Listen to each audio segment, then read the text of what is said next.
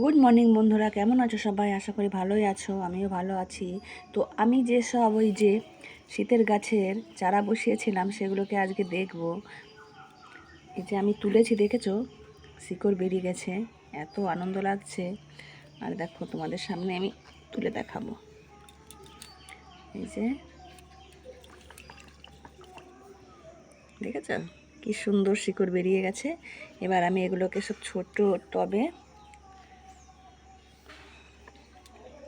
অনেক গাছ,